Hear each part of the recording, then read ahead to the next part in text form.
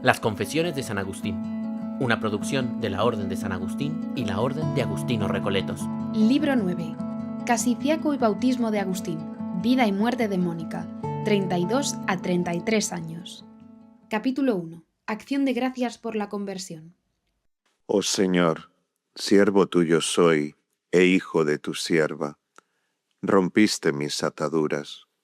Yo te ofreceré un sacrificio de alabanza, que te alabe mi corazón y mi lengua, y que todos mis huesos digan, Señor, ¿quién semejante a ti? Que lo digan y que tú respondas y digas a mi alma, yo soy tu salvación.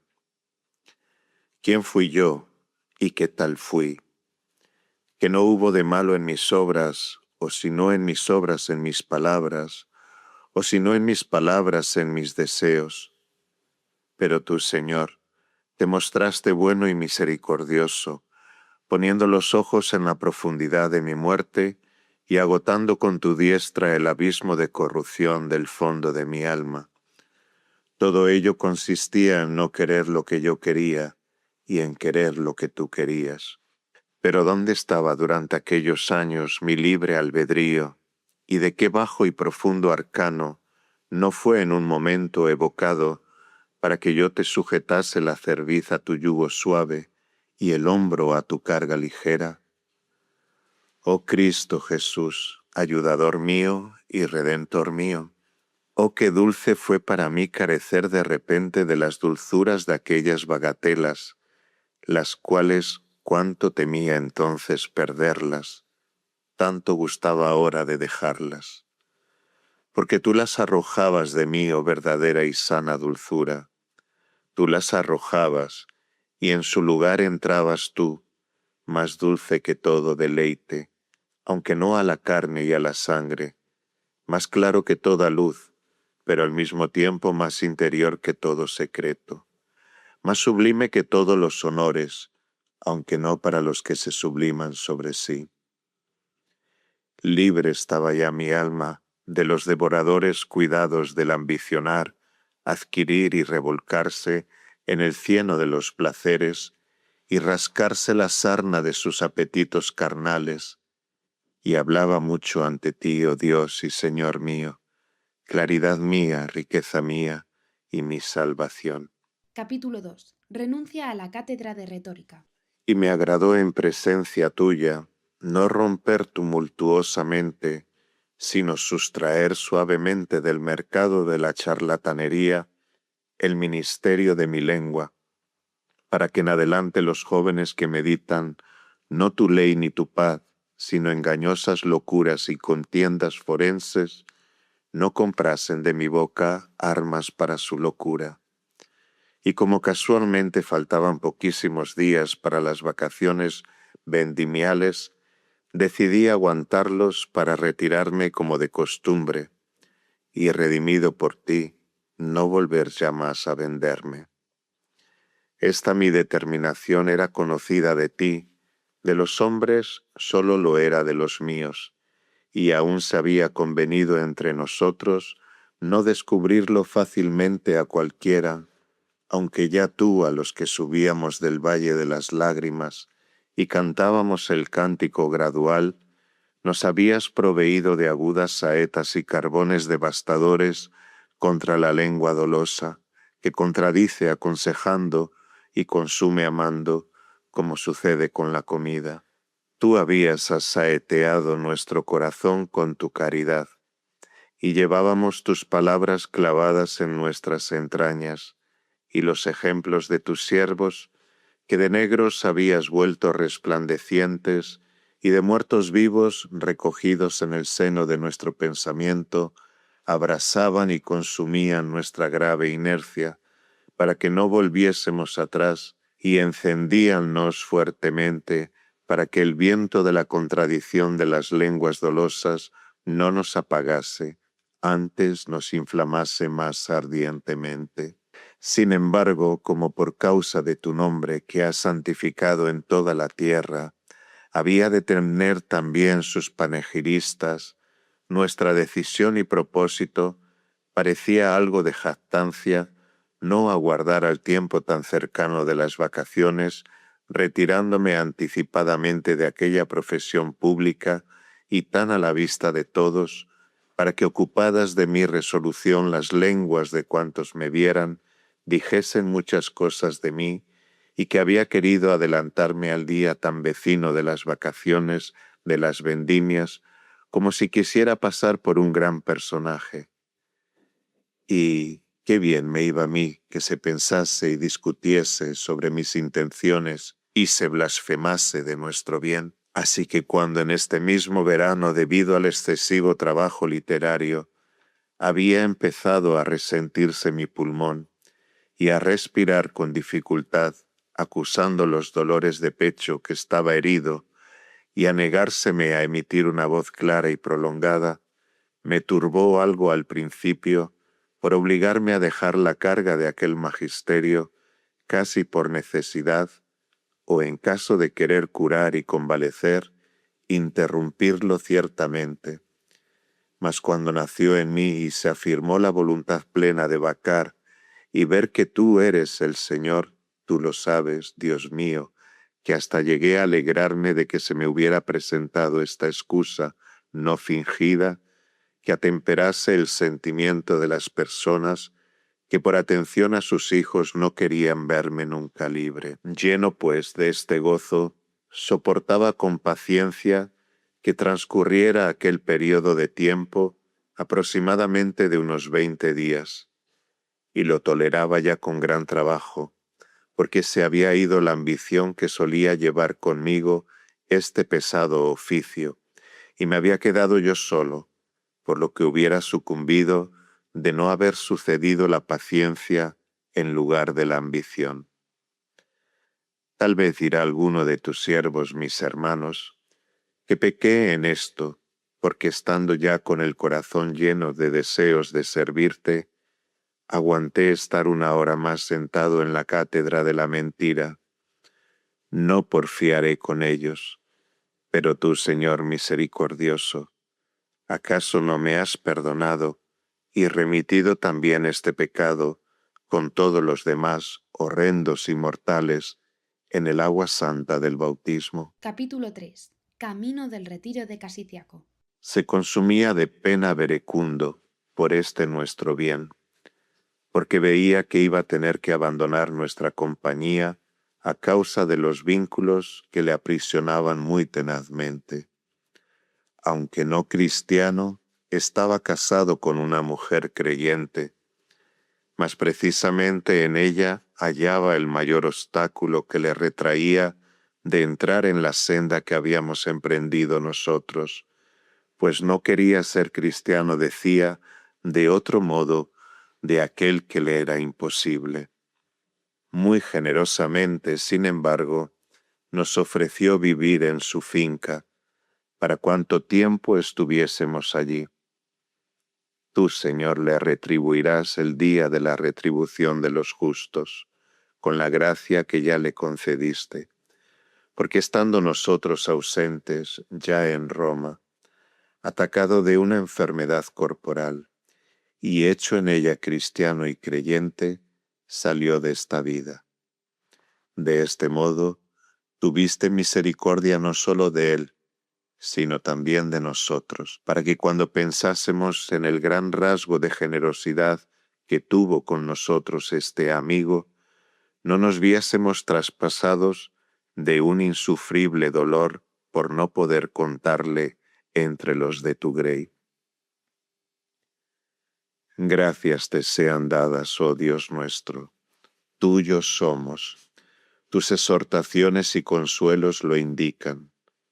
Oh fiel cumplidor de tus promesas, da a Verecundo en pago de la estancia de su quinta de Casiciaco, en la que descansamos en ti de las congojas del siglo, la amenidad de tu paraíso eternamente verde, porque le perdonaste los pecados sobre la tierra en el monte Caseo, monte tuyo, monte fértil. Se angustiaba entonces Verecundo, como digo, pero se alegraban Ebridio con nosotros, porque, aunque también éste no siendo aún cristiano, Había caído en el hoyo del pernicioso error de creer fantástica la carne de la verdad. Tu hijo ya, sin embargo, había salido de él, aunque permanecía sin imbuirse en ninguno de los sacramentos de tu iglesia, bien que investigador apasionado de la verdad. No mucho después de nuestra conversión y regeneración por tu bautismo, también él se hizo al fin católico fiel, sirviéndote a ti junto a los suyos en África en castidad y continencia perfectas. Y después de haberse convertido a la fe cristiana por su medio toda su casa, le libraste de los lazos de la carne, viviendo ahora en el seno de Abraham, sea lo que fuere, lo que por dicho seno se significa. Allí vive mi Nebridio, dulce amigo mío, y de liberto que era, hijo adoptivo tuyo. Allí vive porque ¿qué otro lugar convenía a un alma tal? Allí vive de donde solía preguntarme muchas cosas a mí, hombrecillo inexperto. Ya no aplica su oído a mi boca, sino que pone su boca espiritualmente a tu fuente y bebe cuanto puede de la sabiduría según su avidez sin término feliz. Pero no creo que así se embriague de ella, que se olvide de mí cuando tú, Señor, que eres su bebida, te acuerdas de nosotros. Por otra, esperando a Nebridio a ver si nos seguía, que tan fácilmente lo podía y estaba ya casi a punto de hacerlo, cuando he aquí que por fin transcurrieron aquellos días que me parecieron muchos y largos por el deseo de una libertad desocupada para cantarte a ti de la médula de mis huesos. A ti dijo mi corazón, busqué tu rostro, Señor, buscaré. Capítulo 4. Diálogos campestres y salmodia en Casiciaco. Por fin llegó el día en que debía ser absuelto, de hecho, de la profesión de retórico, de la que ya estaba suelto con el afecto. Y así se hizo. Tú sacaste mi lengua de donde habías ya sacado mi corazón, y te bendecía con gozo con todos los míos camino de la quinta de Verecundo. En donde, ¿qué fue lo que hice en el terreno de las letras, puestas ya a tu servicio, pero aún respirando como en una pausa la soberbia de la escuela? Lo testifican los libros que discutí con los presentes y conmigo mismo a solas en tu presencia. De lo que traté con Nebridio, ausente, claramente lo indican las cartas habidas con él.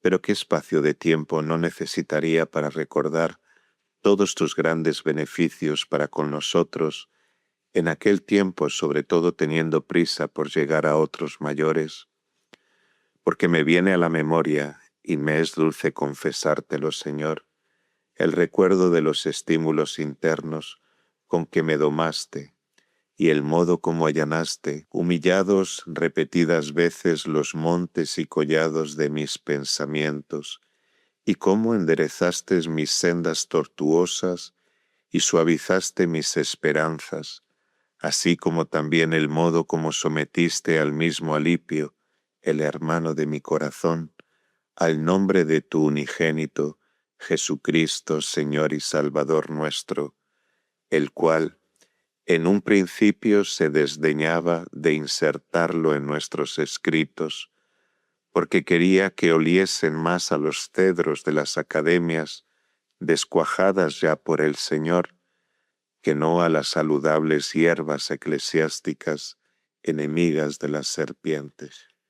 ¿Qué voces te di, Dios mío, cuando todavía novicio en tu verdadero amor, y siendo catecúmeno, leía descansado en la quinta los salmos de David, cánticos de fe, sonidos de piedad, que excluyen todo espíritu hinchado, en compañía de Alipio, también catecúmeno, y de mi madre, que se nos había juntado con traje de mujer, fe de varón, seguridad de anciana, caridad de madre y piedad cristiana.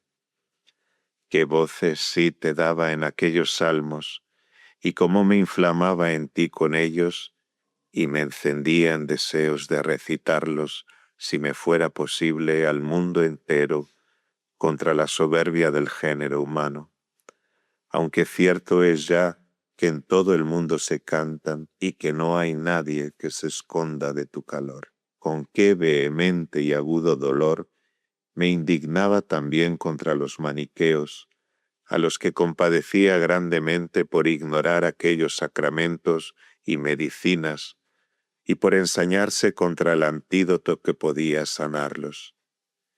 Quisiera que hubiesen estado entonces en un lugar próximo, y sin saber yo que estaban allí, que hubieran visto mi rostro y oído mis clamores, cuando en aquel ocio leía el Salmo 4 y los efectos saludables que en mí obraba.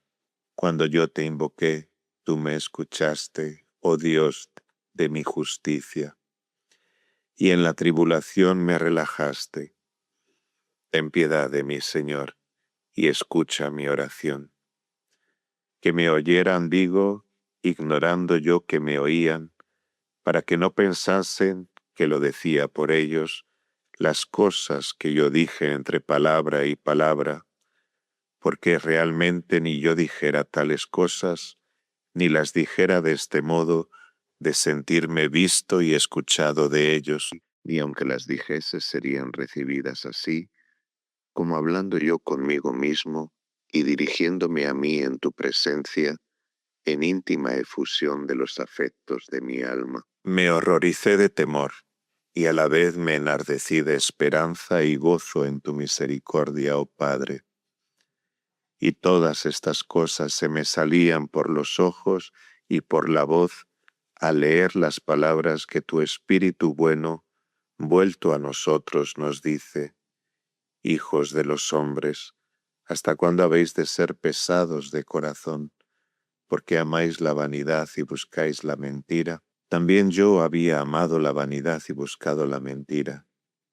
Mas tú, Señor, habías ya glorificado a tu Santo, resucitándole de entre los muertos y colocándole a tu diestra, desde donde había de enviar, según su promesa, al Paráclito, el Espíritu de la verdad. Y ciertamente ya lo había enviado, pero yo no lo sabía. Ya le habías enviado porque ya había sido glorificado, resucitando de entre los muertos y subiendo a los cielos, no habiendo sido antes dado el Espíritu por no haber sido aún glorificado Jesús. Clama la profecía: ¿hasta cuándo seréis pesados de corazón? ¿Por qué amáis la vanidad y buscáis la mentira? Sabed que el Señor ha glorificado ya a su Santo. Clama: ¿hasta cuándo? Clama: sabed, y yo sin saberlo tanto tiempo, amando la vanidad y buscando la mentira. Por eso cuando lo oí me llené de temblor, porque veía que se decía a tales cual yo me reconocía haber sido, pues en los fantasmas que yo había tomado por la verdad se hallaba la vanidad y mentira. Y proferí muchas cosas duras y fuertes en medio del dolor de mi recuerdo, las cuales ojalá hubieran escuchado los que aún aman la vanidad y buscan la mentira, porque tal vez se conturbasen y vomitasen su error, y tú les escuchases cuando clamaran a ti. Porque por nosotros murió con muerte verdadera de carne quien interpela ante ti por nosotros. Leía: airaos y no queráis pecar. Y cómo me sentía movido, Dios mío, yo que había aprendido ya a airarme por las cosas pasadas, para no pecar más en adelante, y a airarme justamente porque no era una naturaleza extraña, procedente de la gente de las tinieblas, la que en mí pecaba, como dicen los que se airan contra sí y atesoran ira para sí en el día de la ira y de la revelación del justo juicio de Dios. Ni mis bienes eran ya exteriores, ni los buscaba a la luz de este sol con ojos carnales, porque los que quieren gozar externamente fácilmente se hacen vanos y se desparraman por las cosas que se ven, y son temporales y van con pensamiento famélico, lamiendo sus imágenes. Pero, oh, si se fatigasen de inedia y dijeran, ¿quién nos mostrará las cosas buenas? Y nosotros les dijésemos si ellos nos oyeran, ha sido impresa sobre nosotros la luz de tu rostro, Señor, porque no somos nosotros la luz que ilumina a todo hombre, sino que somos iluminados por ti, a fin de que los que fuimos algún tiempo tinieblas, seamos luz en ti. Oh, si viesen ellos aquella luz interna, eterna que yo había visto, y porque la había gustado bramaba por no poder mostrársela, si me presentaran su corazón en sus ojos fuera de ti y me dijesen, ¿quién nos mostrará las cosas buenas?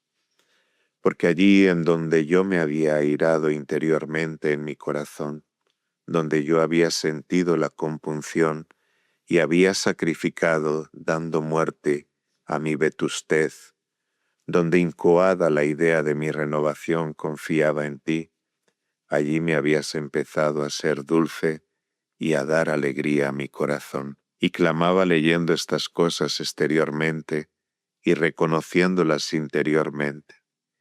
Ni deseaba ya multiplicarme en bienes terrenos, devorando los tiempos y siendo devorados por ellos, teniendo como tenía en la eterna simplicidad otro trigo, otro vino y otro aceite.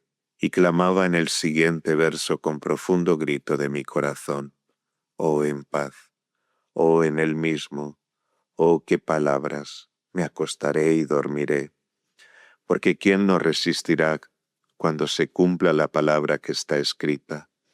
La muerte ha sido absorbida en la victoria.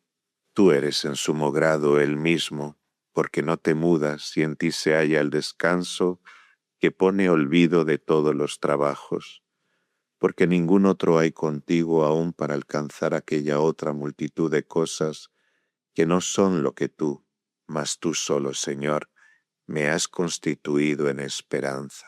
Leía yo esto y me inflamaba, y no sabía qué hacer con aquellos sordomuertos, siendo yo de los cuales fui una peste, un perro rabioso y ciego que ladraba contra aquellas letras melifluas por su miel del cielo y luminosas por tu luz, y me consumía contra los enemigos de estas escrituras. ¿Cuándo podré yo recordar todas las cosas que pensé en aquellos días de retiro? Pero lo que no he olvidado ni quiero pasar en silencio es la aspereza de un azote tuyo y la admirable celeridad de tu misericordia. Me atormentaste entonces con un dolor de muelas, y como arreciase tanto que no me dejase hablar, se me vino a la mente avisar a todos los míos presentes que orasen por mí ante ti, oh Dios de toda salud. Escribí mi deseo en unas tablillas de cera y las di para que las leyeran. Luego, apenas doblamos la rodilla, con suplicante afecto, huyó aquel dolor. ¿Y qué dolor? ¿Y cómo huyó?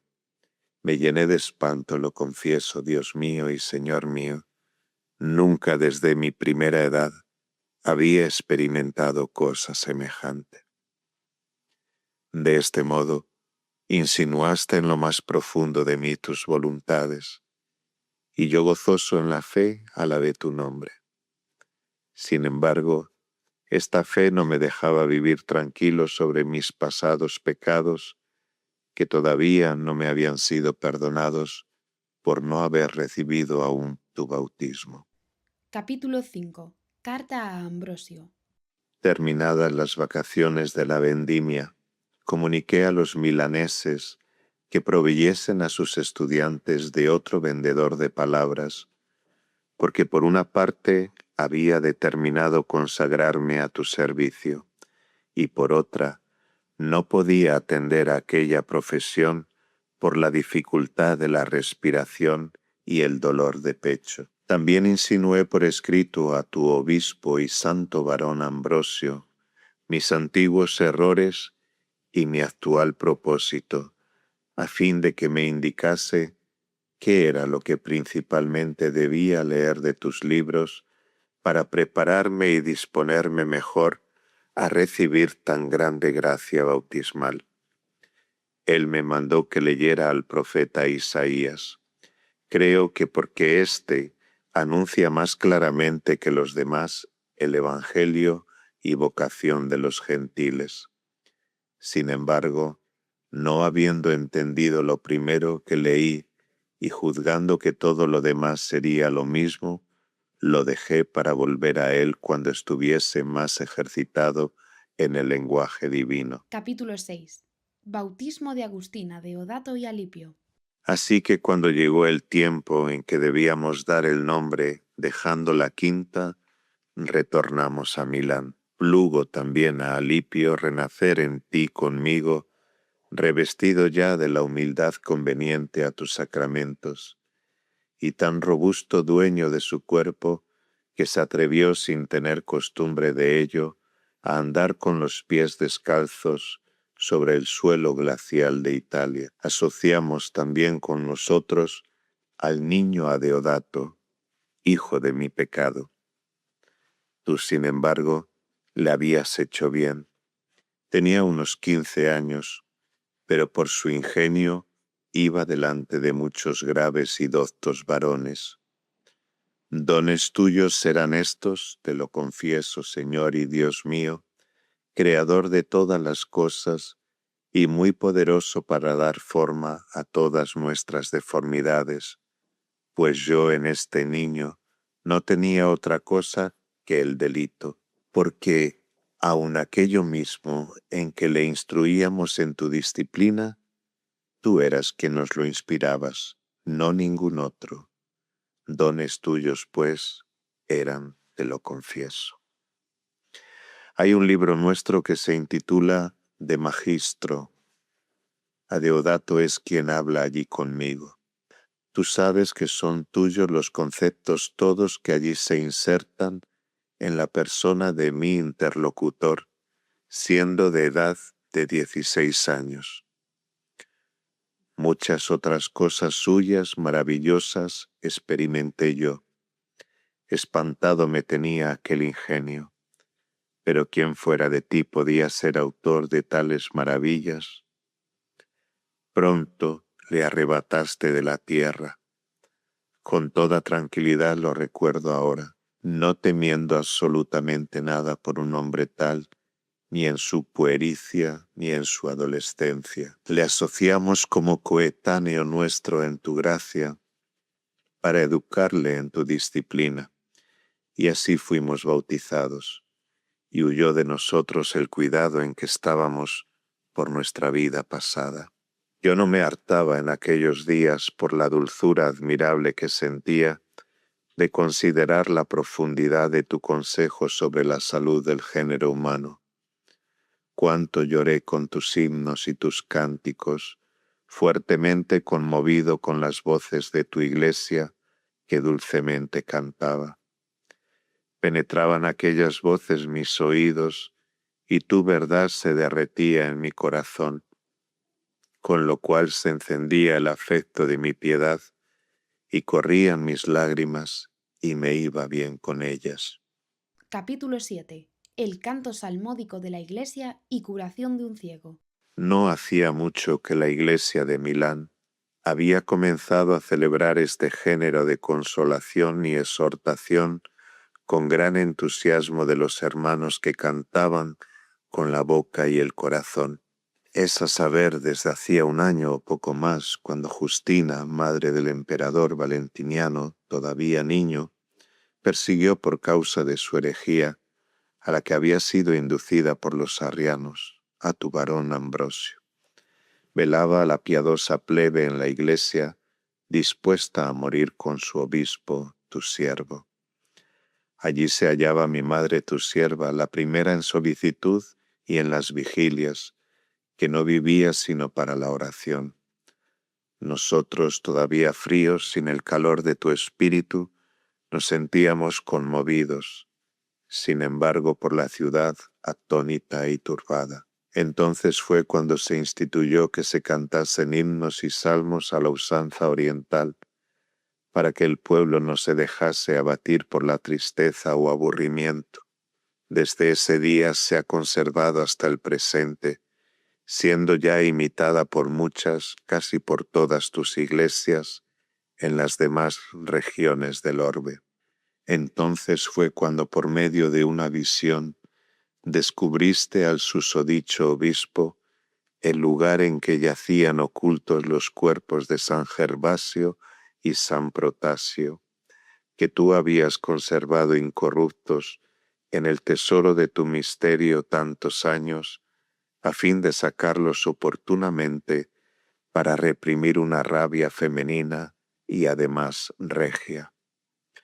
Porque habiendo sido descubiertos y desenterrados, al ser trasladados con la pompa conveniente a la Basílica Ambrosiana, no sólo quedaban sanos los atormentados por los espíritus inmundos, confesándolo los mismos demonios, sino también un ciudadano ciego desde hacía muchos años y muy conocido en la ciudad, quien, como preguntara la causa de aquel alegre alboroto del pueblo y se lo indicasen, dio un salto y rogó a su lazarillo que le condujera al lugar. Llegado allí, suplicó se le concediese tocar con el pañuelo el féretro de tus santos, cuya muerte había sido preciosa en tu presencia. Hecho esto, y aplicando después a los ojos, recobró al instante la vista. Al punto corrió la fama del hecho, y al punto sonaron tus alabanzas, fervientes y luminosas, con lo que si el ánimo de aquella adversaria no se acercó a la salud de la fe, se reprimió al menos en su furor de persecución. Gracias te sean dadas, Dios mío, pero ¿de dónde y por dónde has traído a mi memoria para que también te confiese estas cosas que aunque grandes las había olvidado pasándolas de largo? Y sin embargo, con exhalar entonces tal fragancia, vuestros perfumes, no corríamos tras de ti. Por eso lloraba tan abundantemente en medio de los cánticos de tus himnos, al principio suspirando por ti y luego respirando cuanto lo permite el aire en una casa de heno. Capítulo 8. Niñez de Mónica. Tú que haces morar en una misma casa a los de un solo corazón, nos asociaste también a Evodio, joven de nuestro municipio, quien militando como agente de negocios, se había antes que nosotros convertido a ti y bautizado, y abandonada la milicia del siglo, se había alistado en la tuya. Juntos estábamos, y juntos pensando vivir en santa concordia, buscábamos el lugar más a propósito para servirte, y juntos regresábamos al África. Mas he aquí que estando en Ostia Tiberina, murió mi madre. Muchas cosas paso por alto, porque voy muy deprisa. Recibe mis confesiones y acciones de gracias, Dios mío, por las innumerables cosas que paso en silencio. Mas no callaré lo que mi alma me sugiera de aquella tu sierva que me parió en la carne para que naciera a la luz temporal y en su corazón a la eterna. No referiré yo sus dones, sino los tuyos en ella, porque ni ella se hizo a sí misma, ni a sí misma se había educado. Tú fuiste quien la creaste, pues ni su padre ni su madre sabían cómo saldría de ellos. La vara de tu Cristo, el régimen de tu único, fue quien la instruyó en tu temor en una casa creyente, miembro bueno de tu iglesia. Ni aun ella misma ensalzaba tanto la diligencia de su madre en educarla, cuanto la de una decrépita sirvienta que había llevado a su padre siendo niño a la espalda, al modo como suelen hoy llevarlos las muchachas ya mayores a la espalda. Por esta razón y por su ancianidad y óptimas costumbres, era muy honrada de los señores en aquella cristiana casa, razón por la cual tenía ella misma mucho cuidado de las señoritas, hijas que le habían encomendado, siendo en reprimirlas cuando era menester, vehemente con santa severidad y muy prudente en enseñarlas. Porque fuera de aquellas horas en que comían muy moderadamente a la mesa de sus padres, aunque se abrasasen de sed, ni aun agua les dejaba beber, precaviendo con esto una mala costumbre y añadiendo este saludable aviso: ahora bebéis agua porque no podéis beber vino. Mas cuando estéis casadas y seáis dueñas de la bodega y despensa, no os tirará el agua, pero prevalecerá la costumbre de beber. Y con este modo de mandar y la autoridad que tenía para imponerse, refrenaba el apetito en aquella tierna edad y ajustaba la sed de aquellas niñas a la norma de la honestidad, para que no les agradase lo que no les convenía. Y sin embargo llegó a filtrarse en ella, según me contaba tu sierva a mí, su hijo, llegó a filtrarse en ella cierta afición al vino, porque mandándole de costumbre sus padres, como a joven sobria, sacar vino de la cuba, ella, después de sumergir el vaso por la parte superior de aquella, antes de echar el vino en la botella, sorbía con la punta de los labios un poquito, no más por rechazárselo el gusto, porque no hacía esto movida del deseo del vino, sino por ciertos excesos desbordantes de la edad que saltan en movimientos juguetones y que en los años pueriles suelen ser reprimidos con la gravedad de los mayores. De este modo, añadiendo un poco todos los días aquel poco cotidiano, vino a caer, porque el que desprecia las cosas pequeñas, poco a poco viene a caer en aquella costumbre hasta llegar a beber con gusto casi la copa llena. ¿Dónde estaba entonces aquella sagaz anciana y aquella su severa prohibición? ¿Por ventura valía algo contra la enfermedad oculta si tu medicina, Señor, no velase sobre nosotros? Porque aunque ausentes el padre y la madre y las nodrizas, estabas tú presente, tú que nos has creado, que nos llamas y que te sirves de nuestras personas mayores a fin de hacernos algún bien para la salud de nuestras almas. ¿Qué fue lo que entonces hiciste, Dios mío? ¿Con qué la curaste? ¿Con qué la sanaste?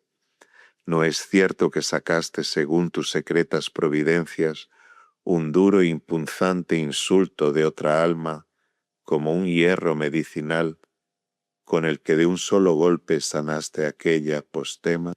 Porque discutiendo cierto día la criada que solía bajar a la bodega con la pequeña dueña, como ocurre con frecuencia estando las dos solas, le echó en cara este defecto con un duro insulto, llamándola borrachina. Herida la niña con tal insulto, comprendió la fealdad de su pecado, y al instante lo condenó y arrojó de sí. Cierto es que muchas veces los amigos nos pervierten adulando, así como los enemigos nos corrigen insultando, mas no es el bien que viene por ellos lo que tú retribuyes, sino la intención con que lo hacen. Porque aquella criada, airada, lo que pretendía era afrentar a su señorita, no corregirla, y si lo hizo ocultamente, fue o porque así la sorprendió la circunstancia del lugar y tiempo, o para evitarse complicaciones personales por haber corregido este defecto tan tarde. Pero tú, Señor, gobernador de las cosas del cielo y de la tierra, convirtiendo para tus usos las cosas profundas del torrente, el flujo de los siglos ordenadamente turbulento, aun con la insania de un alma sanaste a otra, para que nadie cuando advierta esto lo atribuya a su poder, si por su medio se corrige alguien a quien desea corregir.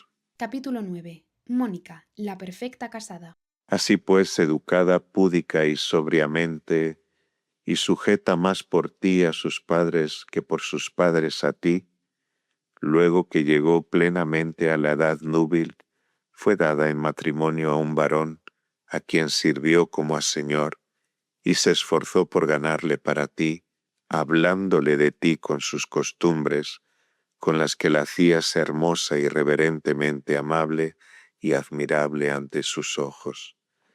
De tal modo toleró las afrentas conyugales, que jamás tuvo con él sobre este punto la menor riña, pues esperaba que tu misericordia vendría sobre él, y creyendo en ti se haría casto.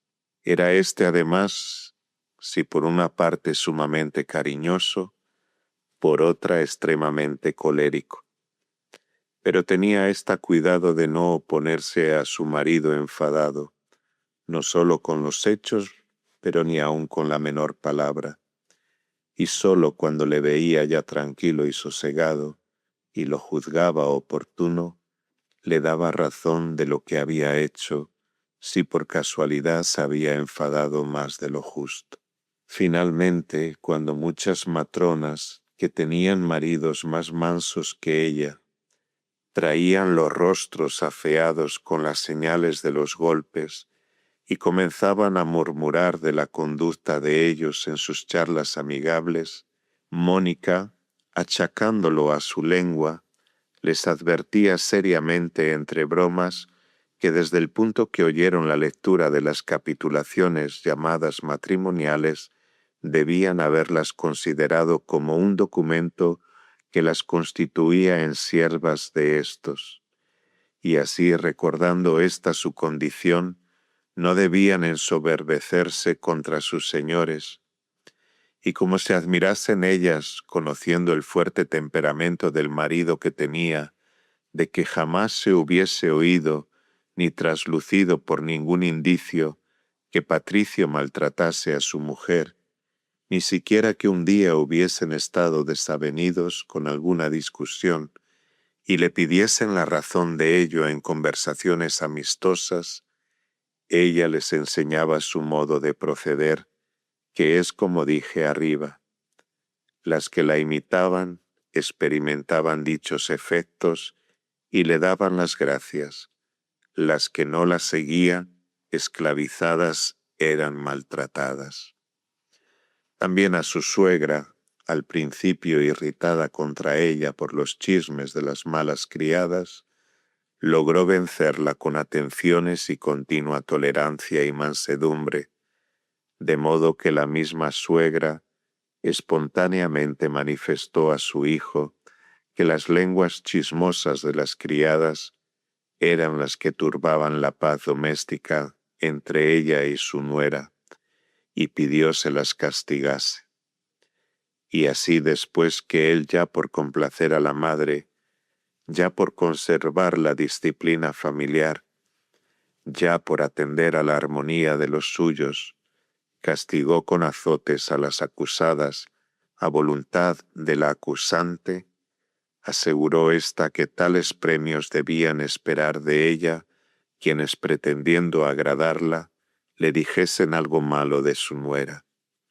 Y no atreviéndose ya ninguna a ello, vivieron las dos en dulce y memorable armonía. Igualmente a esta tu buena sierva en cuyas entrañas me criaste, oh Dios mío, misericordia mía, le habías otorgado este otro gran don, de mostrarse tan pacífica siempre que podía entre almas discordes y disidentes, cualesquiera que ellas fuesen, que con oír muchas cosas durísimas de una y otra parte, cuales suelen vomitar una hinchada e indigesta discordia, cuando ante la amiga presente desahoga la crudeza de sus odios en amarga conversación sobre la enemiga ausente, que no delataba nada la una de la otra, sino aquello que podía servir para reconciliarlas.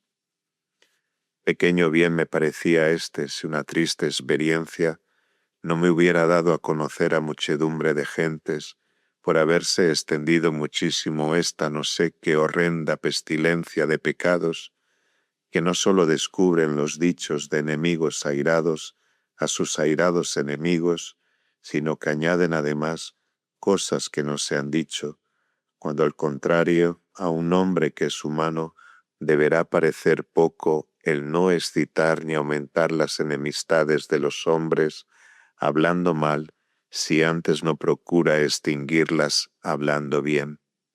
Tal era aquella adoctrinada por ti, maestro interior, en la escuela de su corazón. Por último, consiguió también ganar para ti a su marido al fin de su vida temporal, no teniendo que lamentar en él, ya bautizado, las ofensas que había tolerado antes del bautismo. Era además sierva de tus siervos, y cualesquiera de ellos que la conocía, te alababa, honraba y amaba mucho en ella, porque advertía tu presencia en su corazón por los frutos de su santa conversación. Había sido mujer de un solo varón, había cumplido con sus padres, había gobernado su casa piadosamente, y tenía el testimonio de las buenas obras, y había nutrido a sus hijos, pariéndoles tantas veces cuantas les veía apartarse de ti. Por último, Señor, ya que por tu gracia nos dejas hablar a tus siervos, de tal manera cuidó de todos nosotros, los que antes de morir ella vivíamos junto en Casiciaco, recibida ya la gracia del bautismo, como si fuera madre de todos, y de tal modo nos sirvió, como si fuese hija de cada uno de nosotros. Capítulo 10. El éxtasis de Ostia. Estando ya inminentemente el día en que había de salir de esta vida, que tú, Señor, conocías, y nosotros ignorábamos, sucedió a lo que yo creo, disponiéndolo tú por tus modos ocultos, que nos hallásemos solos, yo y ella, apoyados sobre una ventana desde donde se contemplaba un huerto o jardín que había dentro de la casa, allí en Ostia Tiberina, donde apartados de las turbas, después de las fatigas de un largo viaje, cogíamos fuerzas para la navegación. Allí solos conversábamos dulcísimamente y olvidándonos de lo pasado y proyectándonos hacia lo porvenir, inquiríamos los dos delante de la verdad presente que eres tú, cuál sería la vida eterna de los santos, que ni el ojo vio, ni el oído oyó, ni el corazón del hombre concibió. Abríamos anhelosos la boca de nuestro corazón hacia aquellos raudales soberanos de tu fuente, de la fuente de vida que está en ti, para que rociados según nuestra capacidad, nos formásemos de algún modo idea de cosa tan grande, y como llegara a nuestra plática a la conclusión de que cualquier deleite de los sentidos carnales, aunque sea el más grande revestido del mayor esplendor corpóreo, ante el gozo de aquella vida, no sólo no es digno de comparación, pero ni aun de ser mentado. Levantándonos con más ardiente afecto hacia el que es siempre el mismo, recorrimos gradualmente todos los seres corpóreos hasta el mismo cielo, desde donde el sol y la luna envían sus rayos a la tierra. Y subimos todavía más arriba, pensando, hablando y admirando tus obras, y llegamos hasta nuestras almas, y las pasamos también, a fin de llegar a la región de la abundancia indeficiente, en donde tú apacientas a Israel eternamente con el pasto de la verdad, allí donde la vida es sabiduría, por quien todas las cosas existen, así las ya creadas como las que han de ser, sin que ella lo sea por nadie, siendo ahora como fue antes y como será siempre, o más bien sin que haya en ella pasado ni futuro, sino solo presente, por ser eterna, ya que lo que ha sido o será o no es eterno. Y mientras estábamos hablando y suspirando por ella, llegamos a tocarla un poco con todo el ímpetu de nuestro corazón. Y suspirando, y dejando allí prisioneras las primicias de nuestro espíritu, tornamos al estrépito de nuestra boca, donde tiene principio y fin el verbo humano, en nada semejante a tu verbo, Señor nuestro, que permanece en sí sin envejecerse y renueva todas las cosas. Y decíamos nosotros, si hubiera alguien en quien callase el tumulto de la carne, callasen las imágenes de la tierra, del agua y del aire, callasen los mismos cielos y aun el alma misma callase y se remontara sobre sí, no pensando en sí, si callasen los sueños y revelaciones imaginarias, y finalmente si callase por completo toda lengua, todo signo y todo cuanto se hace pasado, puesto que todas estas cosas dicen a quien le presta oídos, no nos hemos hecho a nosotras mismas, sino que nos ha hecho el que permanece eternamente. Si dicho esto callasen dirigiendo el oído hacia aquel que las ha hecho, y sólo él hablase, no por ellas sino por sí mismo, de modo que oyesen su palabra, no por lengua de carne, ni por voz de ángel, ni por sonido de nubes, ni por enigmas de semejanza, sino que le oyéramos a él mismo, a quien amamos en estas cosas, a él mismo sin ellas, como el presente nos elevamos y tocamos rápidamente con el pensamiento la eterna sabiduría que permanece sobre todas las cosas.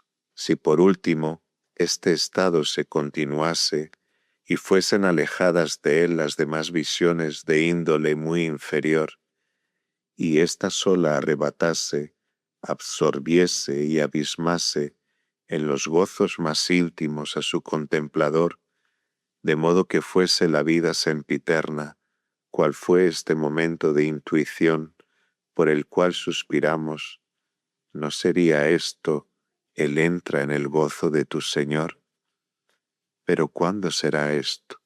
¿Acaso cuando todos resucitemos, bien que no todos seamos inmutados? Tales cosas decía yo, aunque no de este modo ni con estas palabras. Pero tú sabes, Señor, que en aquel día, mientras hablábamos de estas cosas, y a medida que hablábamos nos parecía más vil este mundo con todos sus deleites, ella me dijo, Hijo, por lo que a mí toca, nada me deleita ya en esta vida. No sé ya qué hago en ella, ni por qué estoy aquí, muerta a toda esperanza del siglo. Una sola cosa había por la que deseaba detenerme un poco en esta vida, y era verte cristiano católico antes de morir. Superabundantemente me ha concedido esto mi Dios, puesto que despreciada la felicidad terrena, te veo siervo suyo. ¿Qué hago pues aquí? Capítulo 11. Muerte de Mónica. No recuerdo yo bien qué respondía esto, pero sí que apenas pasados 5 días, o no mucho más, cayó en cama con fiebres. Y estando enferma tuvo un día un desmayo, quedando por un poco privada de los sentidos. Acudimos corriendo, mas pronto volvió en sí. Y viéndonos presentes a mí y a mi hermano nos dijo como quien pregunta algo, ¿dónde estaba? Después, viéndonos atónitos de tristeza, nos dijo, «Enterráis aquí a vuestra madre». Yo callaba y frenaba el llanto, pero mi hermano dijo no sé qué palabras con las que parecía desearle como cosa más feliz morir en la patria y no en tierras tan lejanas. Al oírlo ella le reprendió con la mirada, con rostro afligido por pensar tales cosas. Y mirándome después a mí dijo, enterrad este cuerpo en cualquier parte, ni os preocupe más su cuidado. Solamente os ruego que os acordéis de mí ante el altar del Señor, donde quiera que os halléis. Y habiéndonos explicado esta determinación con las palabras que pudo, calló, y agravándose la enfermedad, entró en la agonía. Pero yo, oh Dios invisible, meditando en los dones que tú infundes en el corazón de tus fieles y en los frutos admirables que de ellos nacen, me gozaba y te daba gracias, recordando lo que sabía del gran cuidado que había tenido siempre de su sepulcro, adquirido y preparado junto al cuerpo de su marido, porque así como había vivido con él en gran concordia, así quería también cosa muy propia del alma humana, menos deseosa de las cosas divinas, tener aquella dicha y que los hombres recordasen cómo después de su viaje transmarino se le había concedido la gracia de que una misma tierra cubriese el polvo conjunto de ambos cónyuges. Ignoraba yo también cuándo esta vanidad había empezado a dejar de ser en su corazón por la plenitud de tu bondad. Me alegraba, sin embargo, admirando que se me hubiese mostrado así, aunque ya en aquel nuestro discurso de la ventana me pareció no desear morir en su patria al decir, ¿qué hago ya aquí? También oí después que estando yo ausente como cierto día, conversase con unos amigos míos con maternal confianza sobre el desprecio de esta vida y el bien de la muerte, estando ya en Ostia, y maravillándose ellos de tal fortaleza en una mujer, porque tú se la habías dado. Le preguntasen si no temería dejar su cuerpo tan lejos de su ciudad. Respondió, nada hay lejos para Dios, ni hay que temer que ignore al fin del mundo el lugar donde estoy para resucitarme. Así pues, a los 9 días de su enfermedad, a los 56 años de su edad y 33 de la mía, fue liberada del cuerpo aquella alma religiosa y pía. Capítulo 12. Dolor y llanto contenido por la muerte de su madre. Cerraba yo sus ojos y una tristeza inmensa se agolpaba en mi corazón, que ya iba a resolverse en lágrimas cuando al punto mis ojos, ante la orden imperiosa de mi alma, reabsorbían su fuente hasta secarla, padeciendo con tal lucha de modo imponderable. Entonces fue cuando al dar el último suspiro, el niño Adeodato rompió a llorar a gritos, pero calmado por todos nosotros, calló. De ese modo aquello que había en mí de pueril y me provocaba al llanto, también era acallado por la voz adulta, la voz de la mente, porque juzgábamos que no era conveniente celebrar aquel entierro con quejas lastimeras y gemidos, con los cuales se suele frecuentemente deplorar la miseria de los que mueren o su total extinción. Y ella ni había muerto miserablemente, ni había muerto del todo, de lo cual estábamos nosotros seguros por el testimonio de sus costumbres, por su fe no fingida, que son argumentos de seguridad. ¿Y qué era lo que interiormente tanto me dolía sino la herida reciente que me había causado el romperse repentinamente aquella costumbre dulcísima y carísima de vivir juntos? Cierto es que me llenaba de satisfacción el testimonio que había dado de mí cuando en esta su última enfermedad, como acariciándome por mis atenciones con ella, me llamaba piadoso y recordaba con gran afecto de cariño no haber oído jamás salir de mi boca la menor palabra dura o contumeliosa contra ella. Pero ¿qué era, Dios mío? Hacedor nuestro este honor que yo le había dado en comparación de lo que ella me había servido. Por eso, porque me veía abandonado de aquel tan grande consuelo suyo, sentía el alma herida y despedazada mi vida, que había llegado a formar una sola con la suya. Calmado pues que fue el llanto del niño a Deodato, tomó Evodio un salterio y comenzó a cantar, respondiéndole toda la casa, el salmo misericordia y justicia te cantaré, Señor. Enterada la gente de lo que pasaba, acudieron muchos hermanos y religiosas mujeres, y mientras los encargados de esto preparaban las cosas de costumbre para el entierro, yo retirado en un lugar adecuado, junto con aquellos que no habían creído conveniente dejarme solo, disputaba con ellos sobre cosas propias de las circunstancias, y con este lenitivo de la verdad mitigaba mi tormento conocido de ti, pero ignorado de aquellos quienes me oían atentamente y me creían sin sentimiento de dolor. Pero en tus oídos, en donde ninguno de ellos me oía, increpaba yo la blandura de mi afecto y reprimía aquel torrente de tristeza que cedía por algún tiempo, pero que nuevamente me arrastraba con su ímpetu, aunque no ya hasta derramar lágrimas ni mudar el semblante.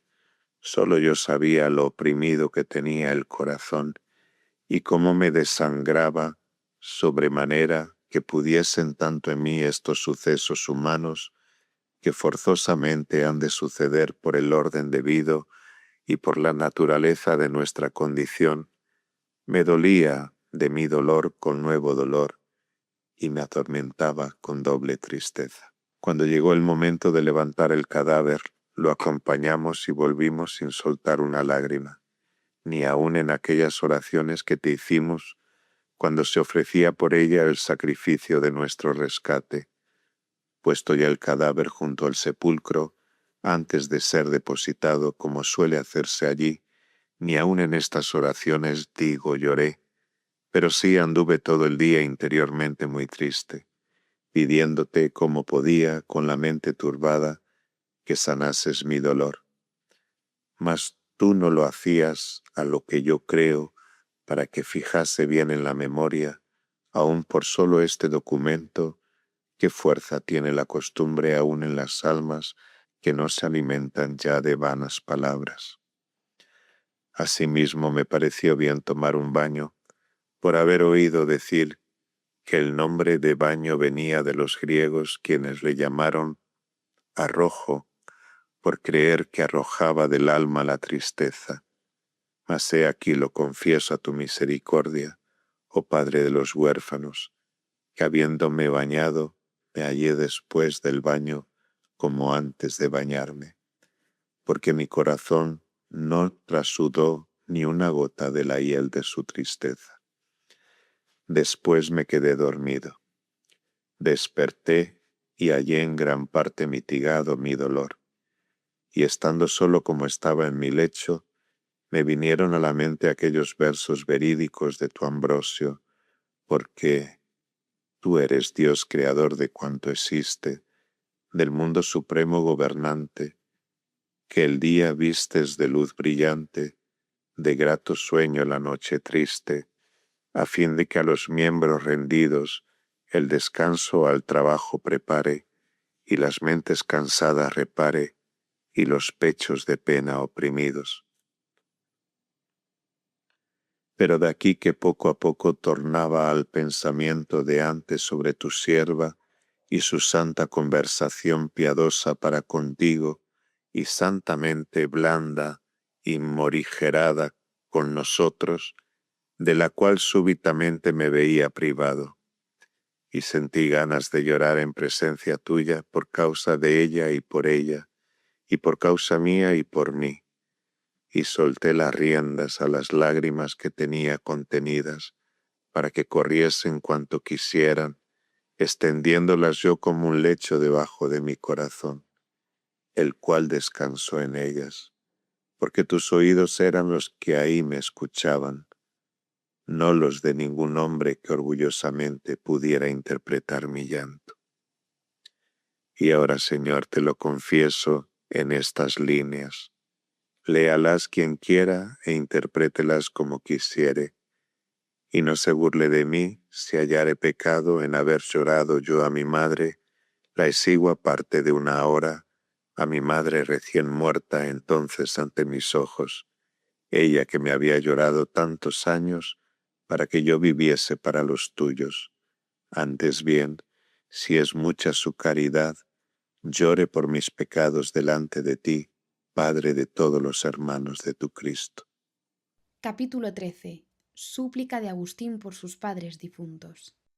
Pero sanado ya mi corazón de aquella herida en la que podía reprocharse lo carnal del afecto, derramo ante ti, Dios nuestro, otro género de lágrimas muy distintas por aquella tu sierva, las que brotan del espíritu conmovido a vista de los peligros que rodean a toda alma que muere en Adán. Porque aun cuando mi madre vivificada en Cristo, primero de romper los lazos de la carne, vivió de tal modo que tu nombre es alabado en su fe y en sus costumbres. No me atrevo, sin embargo, a decir que desde que fue regenerada por ti en el bautismo, no saliese de su boca palabra alguna contra tu precepto, porque la verdad, tu Hijo tiene dicho, quien llamare a su hermano necio, será reo del fuego del infierno. Y ay de la vida de los hombres, por laudable que sea, si tú la examinas dejando a un lado la misericordia, mas porque sabemos que no escudriñas hasta lo último nuestros pecados, vehemente y confiadamente esperamos ocupar un lugar contigo. Porque quien enumera en tu presencia sus verdaderos méritos, ¿qué otra cosa enumera sino tus dones? Oh, si se reconociesen tales los hombres, y quien se gloriase en el Señor. Así pues, alabanza mía y vida mía, y Dios de mi corazón, dejando a un lado por un momento sus buenas acciones, por las cuales gozoso te doy gracias, te pido ahora perdón por los pecados de mi madre. Óyeme por la medicina de nuestras heridas, que pendió del leño de la cruz, y sentado ahora a tu diestra intercede contigo por nosotros. Yo sé que ella obró misericordia y que perdonó de corazón las ofensas de sus ofensores. Perdónale tú sus ofensas, si algunas contrajo durante tantos años después de ser bautizada. Perdónala, Señor. Perdónala, te suplico, y no entres en juicio con ella. Triunfe la misericordia sobre la justicia, porque tus palabras son verdaderas y prometiste misericordia a los misericordiosos, aunque lo sean porque tú se lo das. Tú, que tienes compasión de quien la tuviere y prestas misericordia a quien fuere misericordioso. Yo bien creo que has hecho ya con ella lo que te pido, mas deseo aprobéis, Señor, los deseos de mi boca, porque estando inminentemente el día de su muerte, no pensó aquella en enterrar su cuerpo con gran pompa, o que fuese embalsamado con preciosas esencias, ni deseó un monumento escogido, ni se cuidó del sepulcro patrio. Nada de esto nos ordenó, sino únicamente deseó que nos acordásemos de ella ante el altar del Señor, al cual había servido sin dejar ningún día, sabiendo que en él es donde se inmola la víctima santa, con cuya sangre fue borrada la escritura que había contra nosotros, y vencido el enemigo que cuenta nuestros delitos y busca de qué acusarnos, no hallando nada en aquel en quien nosotros vencemos. ¿Quién podrá devolverle su sangre inocente? ¿Quién restituirle el precio con que nos compró para arrancarnos de aquel? A este sacramento de nuestro precio ligó tu sierva su alma con el vínculo de la fe. Nadie la aparte de tu protección, No se interponga ni por fuerza ni por insidia el león o el dragón, porque no dirá ella que no debe nada para ser convencida y presa del astuto acusador, sino que sus pecados le han sido perdonados por aquel a quien nadie podrá devolverle lo que no debiendo por nosotros, dio por nosotros. Sea pues en paz con su marido, antes del cual y después del cual no tuvo otro, a quien sirvió ofreciéndote a ti el fruto con paciencia, a fin de lucrarle para ti. Mas inspira, Señor mío y Dios mío, inspira a tus siervos, mis hermanos, a tus hijos, mis señores, a quienes sirvo con el corazón, con la palabra y con la pluma, para que cuantos leyeren estas cosas acuerden ante tu altar de Mónica, tu sierva, y de Patricio, en otro tiempo su esposo, por cuya carne me introdujiste en esta vida, no sé cómo. Acuérdense con piadoso afecto de los que fueron mis padres en esta luz transitoria, mis hermanos debajo de ti, oh Padre, en el seno de la Madre Católica, y mis cuidados en la Jerusalén eterna, por la que suspira la peregrinación de tu pueblo desde su salida hasta su regreso, a fin de lo que aquella me pidió en el último instante le sea concedido más abundantemente por las oraciones de muchos con estas mis confesiones, que no por mis solas oraciones. Libro 9. Casifiaco y bautismo de Agustín. Vida y muerte de Mónica. 32 a 33 años. Has escuchado las Confesiones de San Agustín, texto cedido por la Federación Agustiniana Española. Traducción de Fray Ángel Custodio Vega Rodríguez Agustino, revisada por Fray José Rodríguez Díez, Agustino Recoleto. Narrado por los miembros de la familia agustiniana, de la Orden de San Agustín y la Orden de Agustinos Recoletos. Producción Blanca Serrano. Producción ejecutiva, Oficina de Comunicación de la Orden de Agustinos Recoletos. Esta obra es una coproducción de la Orden de San Agustín y la Orden de los Agustinos Recoletos.